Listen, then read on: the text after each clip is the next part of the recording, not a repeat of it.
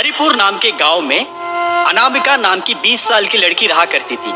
दिखने में वो बहुत ही सुंदर थी, पर उसके दो मायावी लंबे हाथ के कारण गांव के सारे लोग उससे परेशान रहते थे। घर वाले भी बहुत परेशान रहते थे, क्योंकि वो जिस किसी के ऊपर भी हाथ लगाती थी वो बिल्कुल उल्टे पदार्थ पे पलट जाते थे। वो सोने के ऊपर हाथ लगाती थी तो मिट्टी में पलट जाता था, और किसी कीमती चीज पर हाथ लगाते ही वो चीज गायब हो जाती थी। एक बार शादी के रिश्ते के लिए लड़के वाले उसके घर पर आए। पहले तो लड़का अनामिका के लंबे हाथ देखकर डर गया, और ऊपर से जब वो लड़का अनामिका से हाथ मिलाया तो उसके हाथों के अंगूठियां मिट्टी में पलट गए। वो देखकर वो लड़का चौंक गया, और वो लड़का अनामिका के पिता से, तुमने अपने बेटी को पैदा किया या फिर कोई मायावी चुड़ैल को? तुम्हारी बेटी से अगर मैं शादी करूंगा तो बर्बाद होना तो निश्चित है, साथ साथ मुझे आजू बाजू वालों के हाथ पिटाई भी होगी। एक चुड़ैल को पैदा करके आप मेरे गले में फंदा डालना चाहते थे? मैं तो आपके खिलाफ पुलिस में जाकर कंप्लेंट लिखाऊंगा। अनामिका के पिता लड़के के पैर पर गिर गए और वो रोते हुए उस लड़के से, देखो बेटा, हमें माफ कर दो। हमारी किस्मत फूट गई थी जो ऐसी लड़की हमारे घर पर पैदा हुई। आप अगर हमारे खिलाफ कंप्लेंट देंगे तो हम पूरी तरह से बर्बाद हो जाएंगे। मैं किसी को मुंह दिखाने का लायक भी नहीं रहूंगा। भारी बिरादरी में मेरा नाक कट जाएगा। तब वो लड़का अनामिका के पिता के ऊपर दया दिखाया और वो तरस दिखाते हुए कहा, मैं समझ सकता हूँ कि इसमें आपकी कोई गलती नहीं है। घर में चुड़ैल जैसी बेटी अगर रहती है तो माँ बाप का दर्द क्या होता है मुझे समझ में आता है। ठीक है, अब बड़े आदमी है, इसलिए मैं आपके खिलाफ पुलिस पे कंप्लेंट नहीं दूंगा। मेरे जो 4 अंगूठियां गए हैं, मुझे वो अंगूठियां वापस चाहिए। आप मुझे अभी के अभी उस अंगूठे के वर्तमान के दाम के मुताबिक पैसे दे दीजिए और मैं यहाँ से निकल जाऊंगा। अनामिका के पिता बेटी की शादी के लिए जो पैसा बचा कुचा के रखे थे वो पैसा उसे दे दिया। वो लड़का वहां से निकल गया। पड़ोस के गांव में शारदा और प्रसाद नाम का पति पत्नी रहते थे। उनका इकलौता बेटा रमेश पैदाइशी बोना था। शारदा और प्रसाद बोना बेटे के लिए हमेशा परेशान रहते थे। उम्र 30 हो चुकी थी, पर कोई उससे शादी नहीं करते थे। एक दिन अनामिका के पिता पड़ोस के गांव में व्यापार के सिलसिले में आए। तब उसकी नजर बोना रमेश के ऊपर गिरा और वो तुरंत जाकर उसके माँ बाप के पास पहुंचा। अनामिका के पिता ने अनामिका के बारे में सब कुछ सच बता दिया।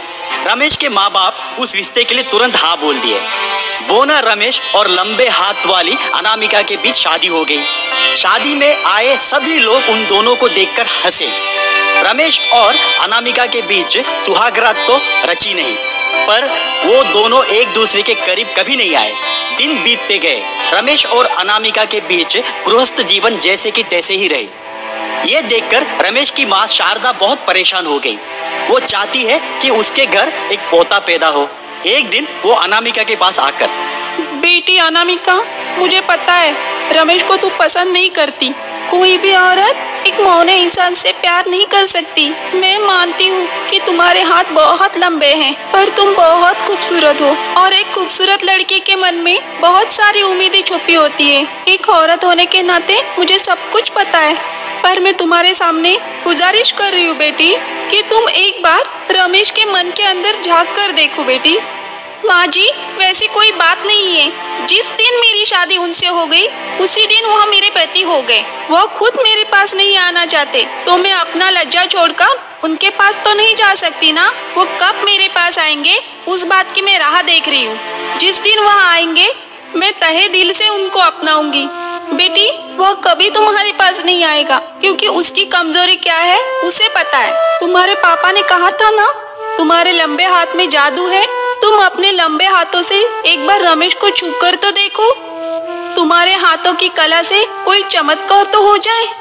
अगर ऐसा हुआ तो तुम्हारे सांसारिक जीवन में सुधार आएगा बेटी। अनामिका तुरंत शारदा की बात मानती और वो उसी रात जब रमेश सोया रहता है उसके सर के ऊपर अपना हाथ फेरती है। पलक झपकते ही रमेश 6 फुट का हट्टा कट्टा नौजवान में पलट जाता है। रमेश को देखकर अनामिका को पहले ही नजर में प्यार हो जाता है।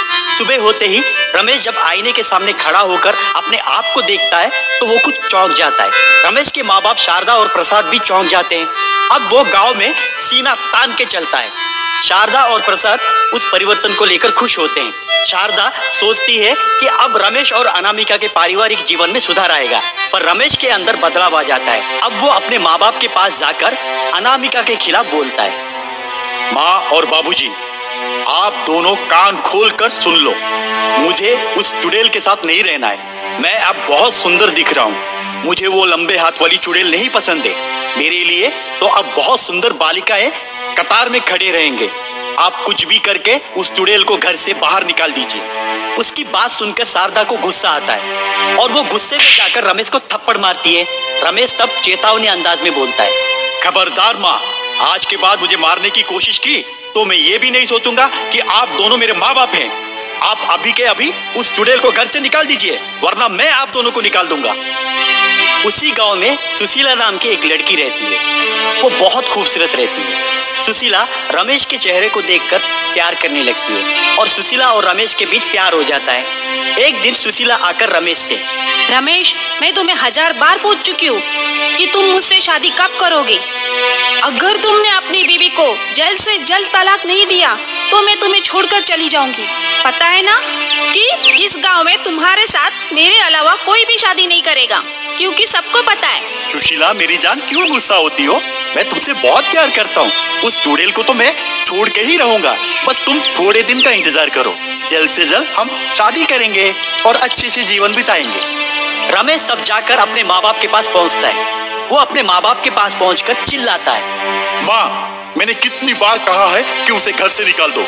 आज अगर आप लोग उसे घर से नहीं निकालोगे तो मैं जहर खा के मर जाऊंगा। रमेश की बात सुनकर अनामिका घर से निकलने की कोशिश करती है। तब रमेश की माँ आकर रोकती है, बेटी, तुम कहाँ पर जा रही हो? मैं तुम्हें नहीं जाने दूंगी। तुम्हारी वजह से वो नालायक इतना अच्छा इंसान बना है, इतना सुंदर दिख रहा है, वो तुम्हारी वजह से। मैं तुम्हें कहीं नहीं जाने दूंगी। तुम घर पर रहोगी, वो कहीं पर जाकर मरे। अगर वो मर गया तो मैं सोचूंगी मेरा एक बेटा मर गया और एक बेटी के रूप में मैं तुम्हें स्वीकार करूंगी और मैं तुम्हें बेटी मान कर चलूंगी। माँ जी, मैं जानती हूँ कि आप मुझे बेटी मानती हैं, लेकिन माँ जी, वो मुझे बिल्कुल भी पसंद नहीं करते हैं। पर ऐसे पसंद किए बिना रहना मुझे बिल्कुल अच्छा नहीं लग रहा है माँ जी। पर मैं आपका दर्द समझ सकती हूँ, लेकिन मुझे यहाँ नहीं रहना है माँ जी। शारदा अनामिका का हाथ लेकर सर पे रखती है और उसे विनती करती है, तुझे मेरी कसम है, तू अगर जाएगी तो वो नालायक नहीं, मैं मरूंगी। बेटी, तुम घर से मत जाओ। ये मत सोचो कि सास बोल रही है, ये सोचो कि माँ बोल रही है। बेटी, रुक जाओ ना। शारदा की बात सुनकर अनामिका रुक जाती है। रमेश जाकर सुशीला के पास पहुंचता है, घटी हुई सारी बातें बोलता है। तब सुशीला गुस्सा होकर रमेश से, मैं तुम्हें आखिरी मौका दे रही हूँ। अगर वो आज घर से नहीं गई ना तो मैं तुम्हें सदा के लिए छोड़ दूंगी। उसके बाद तुम नदी में जाकर डूब मरो या जहन्नुम में जाओ, मुझे कोई फर्क नहीं पड़ता। तब गुस्से में रमेश आता है और अनामिका को धक्का मार के बाहर निकाल देता है। अनामिका के साथ साथ अपने माँ बाप को भी घर से निकाल देता है। रमेश बाइक लेकर घर से तेजी से निकल जाता है। अनामिका सास ससुर को लेकर पैदल निकल जाती है। रमेश बाइक में तेजी से हाईवे के ओर गाड़ी चलाते हुए जाता है। तभी सामने से एक बहुत बड़ा ट्रक रमेश की ओर आता है। रमेश ट्रक की तेजी को देखकर अपना आपा खो बैठता है। रमेश की गाड़ी और ट्रक दोनों ब्रिज के ऊपर होते हैं। तभी अनामिका भी उसी ब्रिज के ऊपर चलती है। ट्रक रमेश की गाड़ी को टकराती है। रमेश बाइक से स्पीड होकर नदी में गिरने ही वाला होता है। तब अनामिका भागते हुए आकर अपने लंबे हाथों से रमेश को पकड़ लेती है। रमेश की जान बचाती है। रमेश तब अनामिका के पैरों के ऊपर गिरकर माफी मांगता है और वो अनामिका को गले लगाकर अपने घर वापस लेकर आता है। जब सुशीला को ये बात पता चलती है तो वो भागते हुए रमेश के यहाँ पहुँचती है। रमेश, तुमने मुझे धोखा दिया। मुझसे वादा करके फिर से उस चुड़ैल के साथ रहने लगे। मैं तुम्हें नहीं छोड़ूंगी। मैं तुम्हारे खिलाफ पुलिस में कंप्लेंट दे दूंगी, समझ जाना। खबरदार, अभी क्या अभी तुम उसे छोड़ोगे या मैं तुम्हें पुलिस के हवाले कर दूं। रमेश गुस्से में आकर सुशीला को धक्का मारता है और धक्का मार के गुस्से में सुशीला को बोलता है, ए सुशीला, तू अपनी जुबान बंद कर। मेरी गलती थी कि मैं अनामिका को पहचान नहीं पाया। वो मेरी पत्नी है, पत्नी रहेगी और हमेशा के लिए वही मेरी पत्नी है। तुझे जो करना है कर, निकल यहाँ से, दफा हो जा। सुशीला घर से निकल जाती है। सुशीला जाने के बाद वो अनामिका को गले लगाता है। उस दिन के बाद रमेश और अनामिका हंसी खुशी जीवन बिताते हैं। 1 साल के अंदर उनके यहाँ सुंदर सा बालक होता है।